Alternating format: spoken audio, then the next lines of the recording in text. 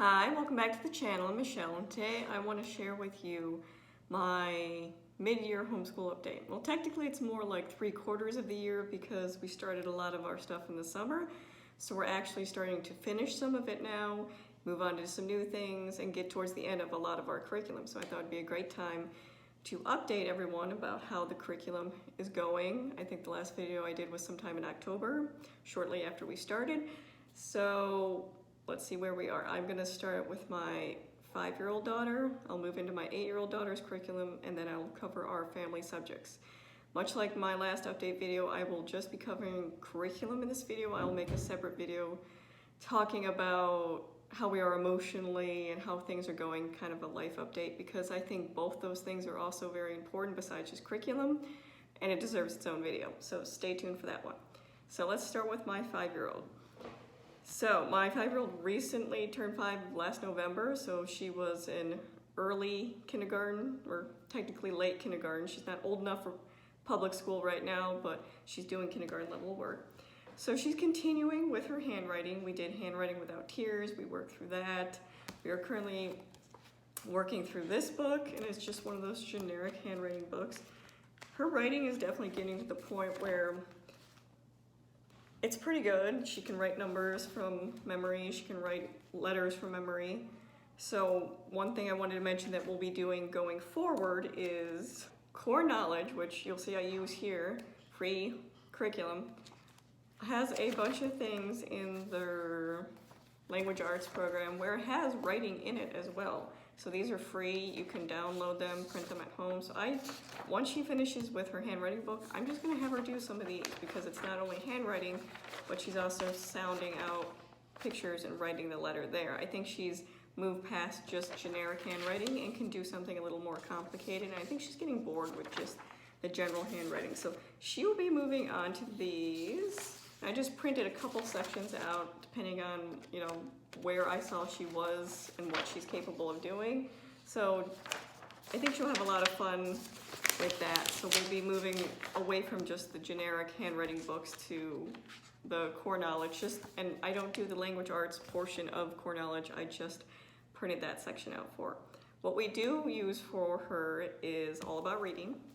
I use this with my 8-year-old and taught her how to read.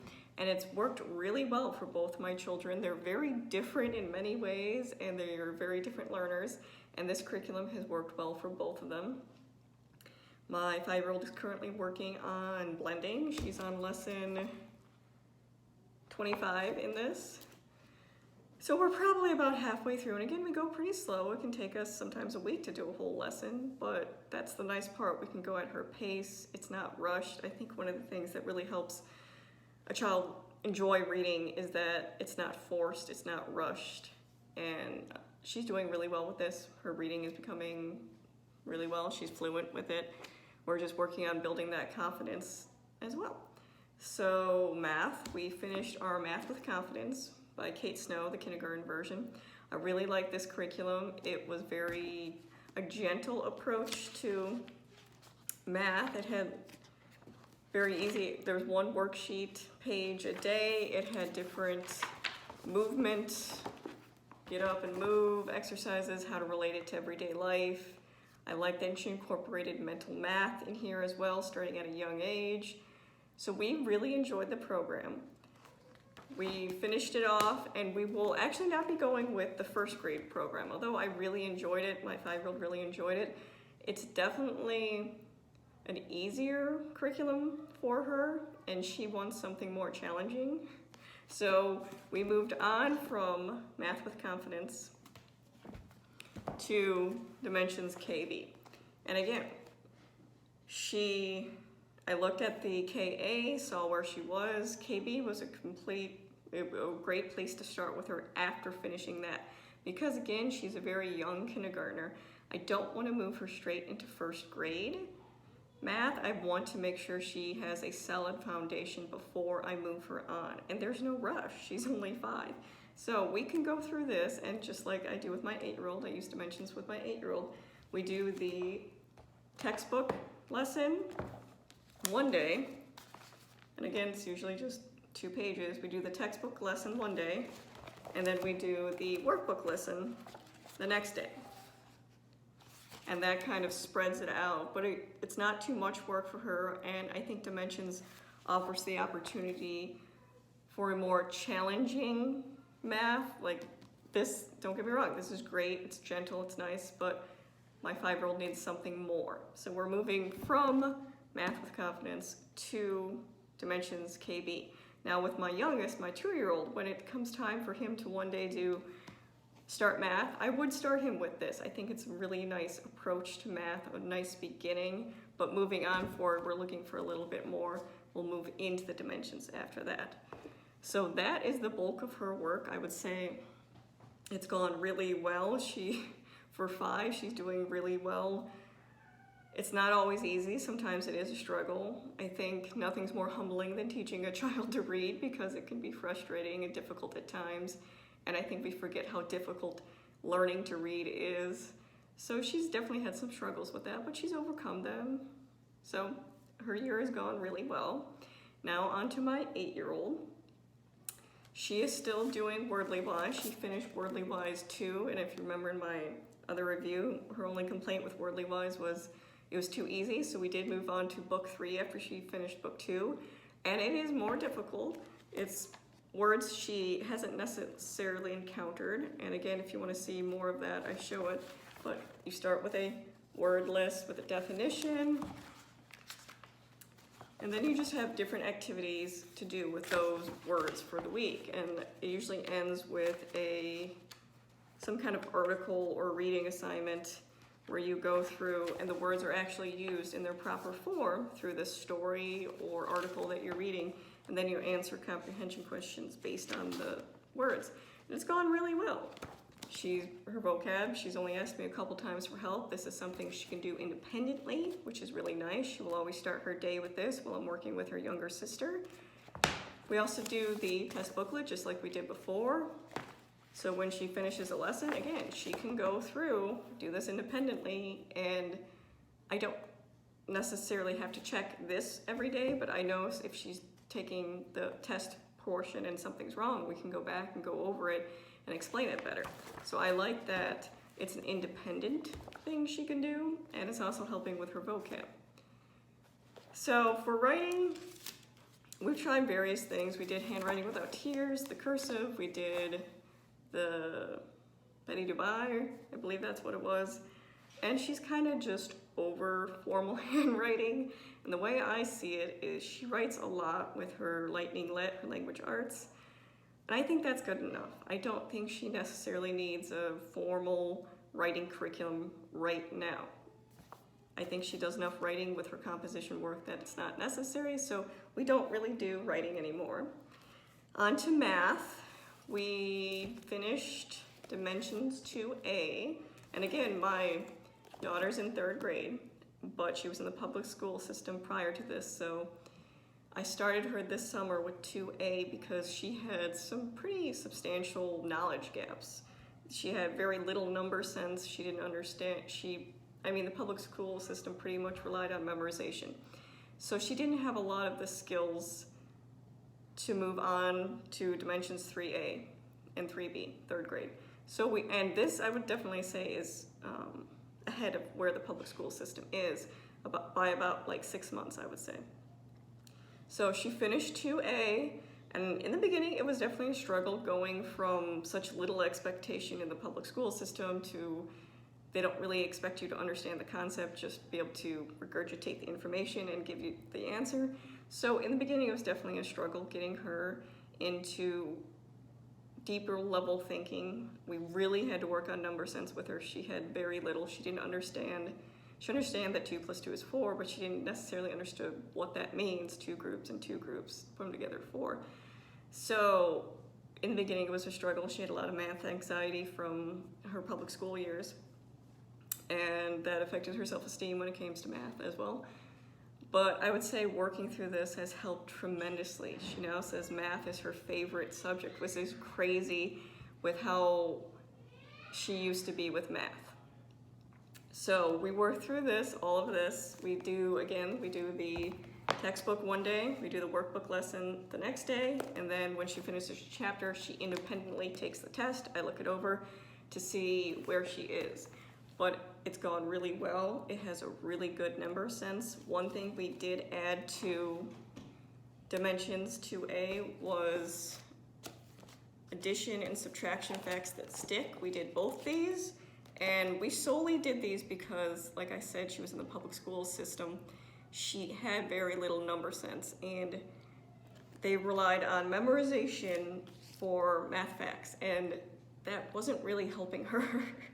So I really like that this program uses mental math strategies to help the children remember math facts, because as soon as she could get her basic math facts down, the dimensions problems and just regular math problems were so much easier because she wasn't getting stumped at the very beginning. She wasn't making those small errors with adding and subtracting that would give you ultimately the wrong answer even though you're doing the problem right.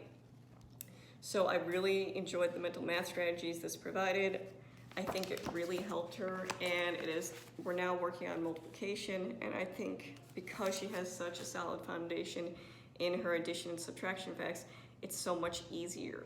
So if she had started with dimensions instead of the public school, I'm not sure if she would have needed this. I'm gonna see, because my 5-year-old is obviously starting with dimensions, but I'm curious to see if she will also need more of a supplement with that, or if it was just because of my daughter's background in it.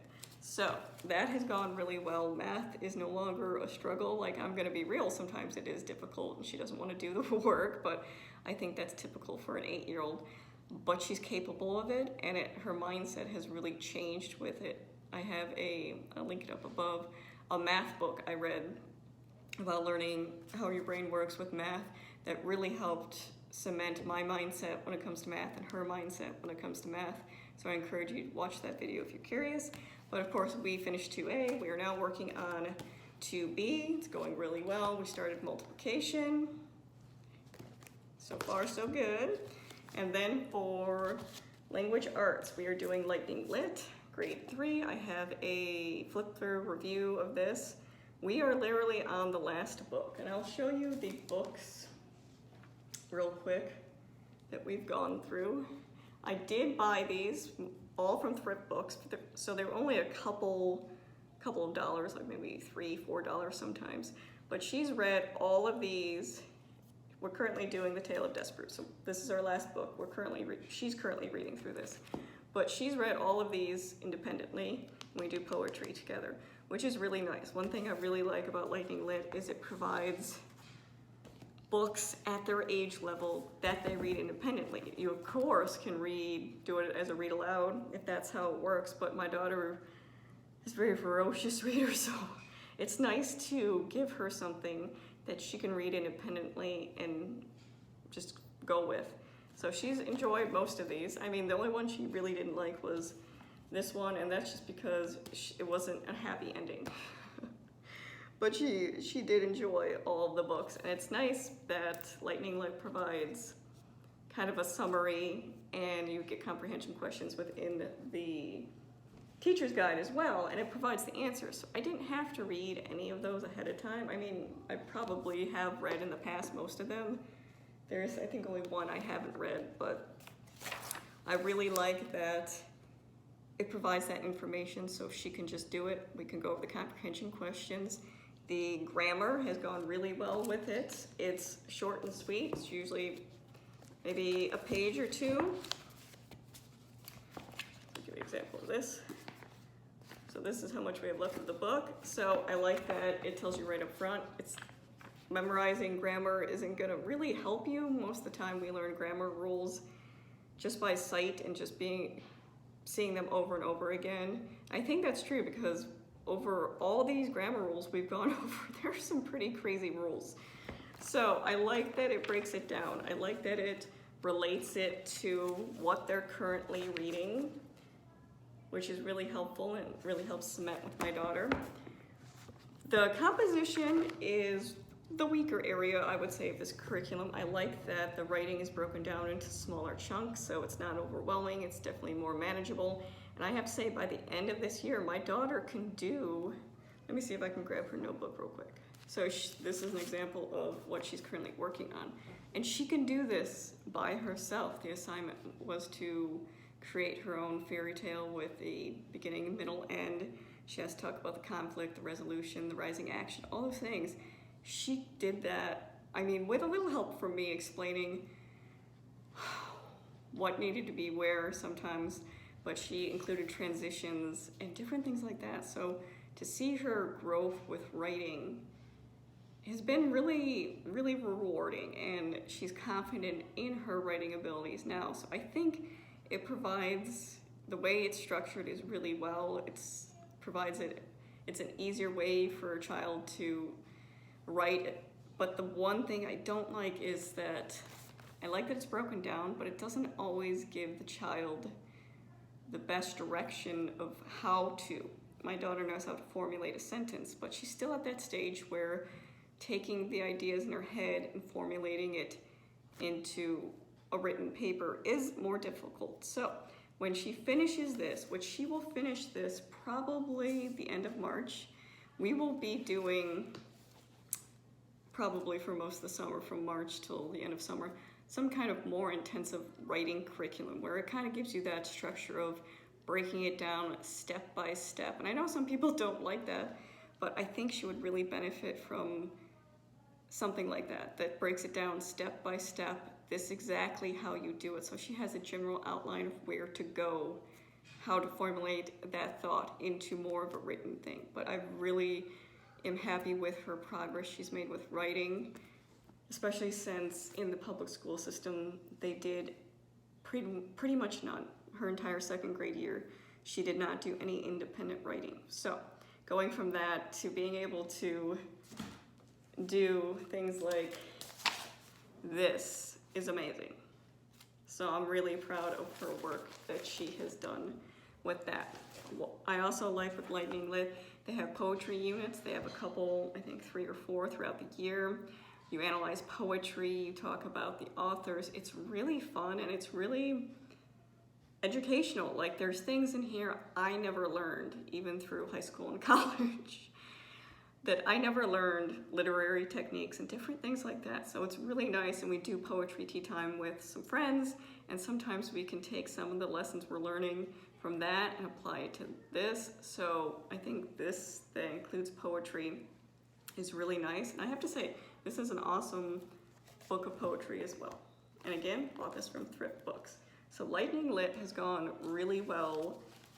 We will definitely continue that, I believe, into our 4th grade year. But again, I'm in no rush to put her into 4th grade curriculum. So that's why after we finish this, we'll do more of a writing intensive program. So the last thing for language arts would be Michael Clay Thompson. We have slowly been working through this, and it's gone really well. I think it does an excellent job of breaking down the parts of speech and parts of a sentence in a very relatable way that children can understand. I remember looking online and looking at the pages and like, I don't understand this. What are they doing? But it really did break it down. She can now take a sentence, she can diagram a sentence, which diagramming does also happen in Lightning Lit. She can break down the parts of speech. She knows noun, verb, adjective, pronoun, adverb, all those parts of speech. She can identify those in a sentence now, which I think is really helpful, because when she's writing a sentence, she knows that she can add an adjective to that noun to help describe it better. I mean, there's a difference between just writing a sentence and writing a well-written sentence. And that's one of the things that is actually talked about in Lightning Lit. So, again, we've gone slowly. We only do this probably twice a week now. But I think when she finishes her Lightning Lit, we will probably hit writing and this more intensely. So I really like this program, and I really like that I believe they have a Kindle version of these books now, because they're like $30 a piece, which to me seems ridiculous. I bought these used. So I was just checking out the Kindle version, because I think they're only like $10 a piece, which is very reasonable. And if you go on the Facebook site, there are suggested lesson plans and how you implement it in your homeschool, because if you buy it used, or if you don't buy the full curriculum from the website, you don't get the teaching guide that goes with it. But there are parents out there who have put together guides to help you kind of implement it in the classroom. So that is language arts. So the only other thing she was doing independently was typing. And again, she stopped that. She's gotten so precise with her time that by the time I'm done with my 5-year-old, she's ready to do the work she needs me to do with her, the math. If I'm teaching a math lesson, if I'm not teaching a math lesson, she can open up her workbook and do that math lesson by herself unless she needs my help or needs me to explain something. So she's definitely become a lot more independent, which is really nice. And she's able to kind of direct her own time now. But typing, we haven't really found a time for it. So she's pretty much just dropped it. She used to do it when she had extra time between lessons, and I wasn't ready yet, but she's so efficient with her time, she's ready to move on to the next thing. Same thing with Prodigy. I think Prodigy Math game, it's free online, it's really fun, but again, she's ready to move to the next thing. So she's welcome to do those things in her free time, but she chooses not to. So we've pretty much dropped typing and Math Prodigy, and she just prefers to move on to her next set of work. So that is their individual subjects. Now let's move into family subjects. So one thing we have definitely dropped in our family subject area is the idea of morning basket. Now I like the idea, my kids enjoyed the books and going over it, but the one thing that really changed this last, I think 4 months since my update, my 2-year-old dropped one of his naps. So he's only taking like a 2-hour nap in the afternoon.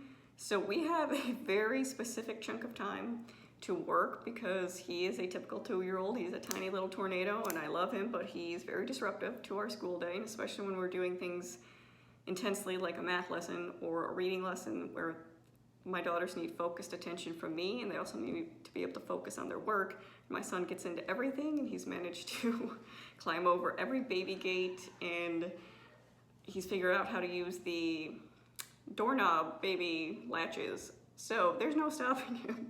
So we had to unfortunately drop our morning basket because that 2-hour window, we really need to get math and language arts done while he sleeps. The family subjects we can of course do while he's awake, and the read aloud we can do while he's awake, that's great, but those subjects we need to get done right away while he naps. So that is the only change. I'm hoping as he gets older, maybe we'll be able to bring that aspect back. But right now, morning basket is just not gonna happen, and that's okay. What else we do a Torchlight, and I recently put up a review, finally, of Torchlight. We are, again, like 3/4 of the way through this. I'll link that up above if you wanna see. It's gone really well. We don't use everything in it. We take what we want. The read alouds are fantastic. We don't do the science in there. We do core knowledge science, so that is something we don't do, but if you want to see how I implement it, I will put it up in the cards above. So one thing that Torchlight suggests for history is Curiosity Chronicles, which I get more in depth with this in that Torchlight review, but I really like this. It's a secular curriculum from a world perspective, which is really hard to find, I would say, in the homeschooling community. So this is through a dialogue format. We do the audiobook because frankly I read enough things to the kids that it's nice to have the option of having someone else read it. So the only complaint I have is the audiobook. The voice actress for Mona talks really fast sometimes, so it's hard for you to always get the information. But it's a dialogue format between 2 characters, Ted and Mona, and they discuss whatever is going on in the chapter. And sometimes that works for kids, sometimes it doesn't. My kids, it works really well for me too. Sometimes we listen to the audiobook in the car on the way to somewhere.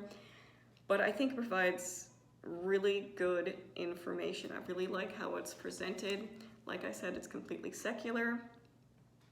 And the world perspective, I think, is very important. When you read or listen to the audiobook, there's no bias. You're seeing this through a lens. They provide historical fact, and I think what's really great about the curriculum is they also provide critical thinking. For example, we were learning about Genghis Khan and his family line, and he did horrible things as well, but the book also talked about the different things he did, and one of the discussion questions was, did history accurately portray him given the good things he did and the bad things he did. What are your thoughts? So I love that. I love that it's giving children the opportunity at a young age to think about how history is portrayed, who has written it, because it's also often written by the victors, right? One thing I also really like is that women are often talked about in this curriculum. And I think especially when you're talking about ancient history, or even more relevant history, honestly, you don't get a lot of women perspectives or what's going on with women. And I think it's great that this provides it. So, for example, this covers medieval history throughout the world, not just Europe, like I was taught in school. What we were talking about, Razia Sultana, the first Muslim sultana, because she was female. And she was chosen to be the sultan, not because she was the only option, she was the last female, or she was the last heir to the throne, because her father believed she was the best fit for the job to rule. And I think that's an amazing lesson to be taught, that, because often in history, the only time a woman would ever see the throne is if she was the last heir, or if she was going to be married off. So it was really nice that they include things like that. For example, we were learning about Native American tribes during this time as well, and how they were able to elect their leaders and things like that. So the different roles women had throughout medieval history has been really interesting. So I highly recommend this. I think it's been great. We have been doing Exploring Nature with our co-op. I teach probably one of these lessons a month, and it's really well. I would suggest checking out their Facebook group, because they have a search feature. So whatever say you're learning about snails, you can type in snails, and what everybody has done for snails, including like library books and activities, will come up. So pretty much it's done for you. It's a pick up and go type curriculum. So that's been really fun. We, of course, are still enjoying our Little Justice Leaders. I have a couple unboxings of this. This is not a paid sponsorship or any of that. I buy this with my own money, and I will continue to support this program. But it's a social justice themed subscription box aimed at children. So we've talked about many different subjects. And for example, this month we're talking about the difference between equality and equity, and fairness. So I think that's a really good lesson, especially for children to learn, because we're always pushing that everybody deserves the same thing. Well, people might have different circumstances, and sometimes that's not always fair. So I think that's a great lesson. Everything comes in the box, very open and go. And social justice is one of our core subjects. We teach it every Wednesday. So that is what we're doing for that. The only other thing for group subjects would be science and geography. Again, we don't do the torchlight science, which I think is Real Science Odyssey, and there's nothing wrong with it. But I prefer core knowledge. I like that it uses the science standards, and it's separated by grade levels. I think a lot of homeschool curriculums with science especially will be very broad, like K through 8 or K through 12, and there's a big difference between what those age groups can do. Now my 5-year-old does join my 8-year-old with this, because this is the 3rd grade science. This is the first one we did. We are currently working through life cycle traits and variations. So we finished this up, and it was really good, the demonstration. So it's not so much experiments, but demonstrations. You demonstrate, for example, how magnets work and polar opposites and different things like that, and then the child has an opportunity to explore what you talked about. I do buy the readers, and then I use everything else online. You don't have to buy the readers. The curriculum's 100% free. It can definitely seem daunting at first when you first look at it, but really you just gotta peel back some of the layers and see what you're looking for. I do have a review on this and the geography for core knowledge if you want to see that. I'll link it above, but we really enjoyed this. We are currently doing, like I said, life cycle traits and variations. Again, we are enjoying this as well. I do supplement this with some video options, Magic School Bus, Bill Nye, and Generation Genius. Again, you can see how I use those if you check out that video, but we will continue to do the science. I think it's very well, it's rooted in science, so I can't go wrong with that. It's age appropriate level, and we've really been enjoying it. So we've also been doing the geography. Now we started with the kindergarten. This is the kindergarten level, because as I mentioned before, in the public school system, my daughter had no lessons in geography, nothing. She didn't know what a state, continent, country, any of that were. So we started at the lowest level and are slowly working our way up. For example, we are currently on the first grade level. So this went really well. It was very easy. We only do it once a week. We will read through the chapter, do the questions. It's very discussion based, which I like. And then there's always activities, and we'll usually do the activities involved in it. It's nothing complicated. So we are currently working through this one. This is the first grade. And what I really like about this one, at this age, it starts incorporating art and music into it. Art lessons. So for example, we were learning about Holland, so we studied Monet's tulip painting and the different ways the different techniques he used to paint, and it just kind of all flowed together. And we were studying Germany and France, so we listened to the Peter and the Wolf, the orchestra version, the Sorcerer's Apprentice, and we talked about music. So it's really a great way to tie it in. And that's what I love about core knowledge, is it really builds upon itself. So we start at the lower levels, we build up. It's building on their previous knowledge and relating it to what they're currently learning. So again, can't say enough about it. We will continue with geography and science with core knowledge. So that is everything. That is our update. Everything has gone pretty well. There's a couple things, we've had to drop or tweak, but overall everything has gone really well. If you have any comments about anything in particular, if you'd like to see something more that I showed you, please let me know. But again, thank you for watching.